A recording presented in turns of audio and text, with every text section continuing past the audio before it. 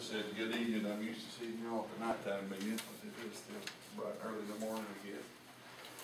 I have here for you just a list of some facility projects that we have identified, and have some good news for you, I think, this morning. I'm not coming down requesting any money from you today for any of these projects, so I wanted to share what we believe is some good news. We've worked with Commissioner Cox and Commissioner Smith on our facilities committee to identify some of the projects that we feel like are the most important, kind of urgent projects for us to take on, and fortunately, we feel like we're going to be able to handle these top 4 priorities that we've identified through our own fund balance. The commissioners are aware we've been working and made some pretty significant cuts in the school system. I've shared with you earlier, over the last 3 years, we've cut about 50 positions based on the state budget cuts that we've received. What's happened is after we've made those cuts, we had ended up receiving some federal funds, these stimulus funds, that at the time we were making the cuts, we weren't sure if we were going to get or not. So we had a decision to make to come back and rehire all the staff that we had already cut, knowing that money from the federal government was going to run out in a year or 2 or 3. We elected to hold tight with what we had, which we felt like was going to be a staffing pattern we could maintain after the stimulus money ran out. Long story short, what that's done is enabled us to build up our savings over the last 3-year period to a point that we feel is comfortable enough that we can address some of these most urgent facility needs within our own budget. So I just wanted to come down and share that with you to let you know really the main projects we're talking about trying to go ahead and handle this year are the lights at the both Woodruff Stadium and Jarrett Field. If you go up and look at the lights, some of the poles are leaning a little bit, and I'm told if you were to could climb up the poles and see the fixtures and the wiring and how much of it is bare, and we've had sparks coming off some of the lighting. It's in desperate need for repairs. Some of those poles have been there at Jarrett Field for 40 or 50 plus years, and I was told they were used when we put them in to begin with. So they're definitely in need of replacement. This project will allow us to come in with the new steel beams, brighter lights, and replace all the lights at the football stadium and Jarrett Field. The total for both those projects together is about $240,000. So that's been one that's been looming. We've been talking about that for several years, but just not quite been able to work that into the budget. We feel like we're at a place now where we can go ahead and take care of that. We did have one episode, I think 2 years ago, where a visiting student had touched one of the wires and had touched the fence when it was rainy, and did get a little bit of a shock from one of the poles down at Woodruff Stadium, and so that helped us realize the urgency of going ahead and getting these projects done. So we feel good we're going to be able to do that. Second project is the brick facade there at the Alleghany High School, the oldest part of that building, that white brick that goes around where it's chipping off. We've had whole faces of the brick that have popped off about 1/4 of an inch thick, falling down on the sidewalk below. We feel like that's a real safety concern, and we're going to be able to take care of that. Our initial estimate here is about $150,000 to come in and put over top of that brick a new textured metal siding that would just kind of encapsulate that brick where it is and cover it to make it safe.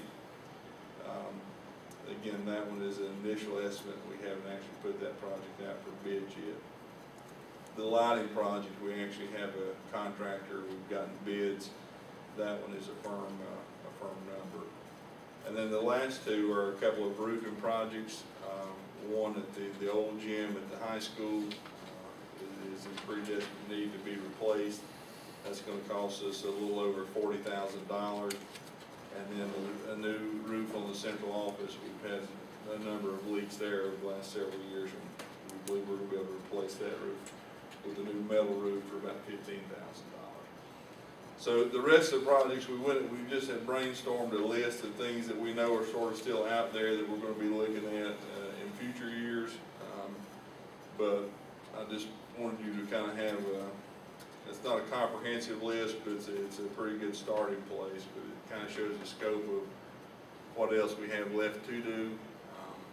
But hopefully it's good news for the commissioners and certainly for the taxpayers in the county that we're going to be able to begin taking care of some of these projects with no additional cost to the county. Dr. Cox, these other projects are not listed in any priorities, they're just things that you see down the road. Right. And is there a timeline, on, we'll say, like for the lights and particularly the facade? We actually have gotten the paperwork started on the lights already. Mr. Tommy Lawrence came up and met with our facilities committee. He does have the low bid on that project, so we're ready to begin that just in the next several days or weeks. We're hopeful we might actually be able to have that project completed to be able to use the lights before the last home football game. That was going to begin right away. The brick facade is probably going to be a summertime project this summer. We're probably going to end up having to wait on that one until summer, just because of the nature of the job and how involved that's going to be all around the school. We probably want to have the kids out in the building on that one. So that one, as soon as school lets out, we're probably going to go ahead. And then the two roofing projects, again, I wanted to come down and share this plan with the commissioners, but we're ready to proceed on with them in the next couple of weeks as well. Dr. Cox, I'm glad you came this morning. Appreciate you coming and sharing this with us.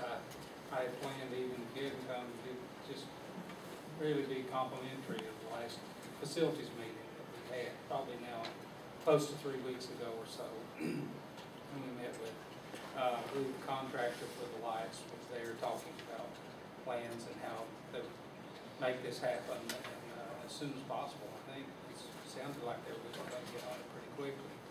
And we met with, I think, Mr. Joel Souther from Bremco, and also Mr. Atwood and Mr. Williams, the two board members. And I was just so encouraged by the attitude that I saw in that meeting. We want to get this done for the safety of the public and our kids. Those lights at the stadium, it will be reducing. I think there's, what, maybe 7 or 8 lights there now, and they'll be coming down to 4 banks. Yeah. And then at Jarrett Field, they'll be reducing the number somewhat, maybe to about 6. Yeah, we were hoping and thinking we might actually have some energy cost savings as a result of upgrading and going to the new lights. The truth is, we're going to have much better lights. They're going to be much brighter, and it'll illuminate the field a lot better. The technology's improved, but the actual wattage and what energy it's going to take to operate those new lights is this is the light man who's telling us this, not the Blue Ridge Electric, but they concurred that particularly for the football field, we're going to probably actually be using a little bit more power instead of less. Now on the baseball field, we probably will be using a little bit less power. So I'm hoping we may at least be close to a break even as far as just power consumption. I was hoping that was going to be a real savings, but I was a little bit surprised to find that it really wasn't going to save us a lot of money. But the lighting will certainly be a lot better. And of course, the safety issue, all those things are. On the wiring, is it closed within the poles? It will be. It will be. So if you can imagine where how the football stadium is with the other piece that we're going to be able to add this year, will be, we've built this practice field in the last several years. It's above the football stadium, but it's not lit. So when we have evening events in the community, sometimes we use that field or for practice at night. And we're going to have lights on the home side. We'll have lights that go and illuminate illuminate the football field, but we'll also have a couple of lights that come back and light that practice field when needed. Those would be wired separately so they can be turned on just when you need those, separate from the football stadium. In the facade of the building, when you say facade, a lot of times people just think the front of the building. Right. But you are going to encase the whole building, the old part of the building, the old square, so to speak, as well as the interior, That courtyard area, yes, sir. Yeah, if you've been there and are familiar with how that high school is laid out, that central part that has the white brick on it now was the part that's been there since the school was built, and both all the way around the exterior, but also in that inside courtyard area, not the interior of the building, but there's an open courtyard area that has that same white brick. And yes, this new textured metal, much like what's on the Piney Creek Gym out there, if you can visualize what that looks like, it's kind of a textured metal. We think that that's going to be an attractive way to fix that. And then that building, the exterior will be good for the foreseeable future anyway. We still have some work to do on replacing some roofing up there at the high school, but we think for fairly minimal cost, we'll be able to kind of get that building in shape to, for another decade or so at least.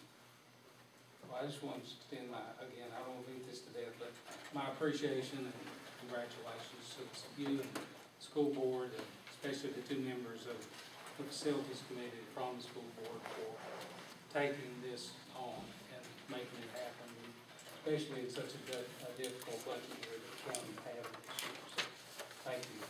Well, I'm glad we're in a position to do it and not have to be asking for more money. I do know it's a tough budget year. It seems like we have had a lot of those lately, and probably have a few more coming still. Dr. Cox, to me, this is a perfect example of how the two boards can work together through committees or through facilities committees. I'm excited about these particular projects being done, but I am more excited about the Glade Creek School. I would encourage anyone, whether you have children at Glade Creek or whether if you are a citizen in Alleghany County taxpayer, you should go visit Glade Creek School. And that could not have been accomplished if we had not had your board and this board working together. A lot of counties do schools or remodel schools every year. We don't get a chance to do it here in our county, but on a very rare basis, every 10 years, every 20 years, every 30 years. And for Glade Creek School to have turned out the amount of effort that you and the county manager put into assuring that the Glade Creek School would turn out the way as it is, not only should the families in that community be proud, but every citizen in Alleghany County ought to be proud of the work that's been done at Glade Creek School. I appreciate that, Mr. Chairman, and I echo your comments as both boards working together to get these projects done. When the middle school bond referendum didn't pass years ago, the commitment from the commissioners was we want to have all the elementary schools be in good condition and kind of upgrade all the schools, and we're going to stick with the configuration we have. We want all the schools to be top quality, and you all certainly follow through with that to make that possible. And Glade Creek School now, I agree with what you say, it's outstanding. So between what we've done at all three of those elementary schools, I think they're really in good shape for the next several years. Thank you for your help on those ones. Any other comments or questions of Dr. Cox? Thank you all. Appreciate all you do. Busy schedule to come be with us. I'm sorry. Thank you for taking time out of Oh, your busy absolutely. schedule to I'm come happy be with to. us. Thank you. Thank you, Dr. Cox.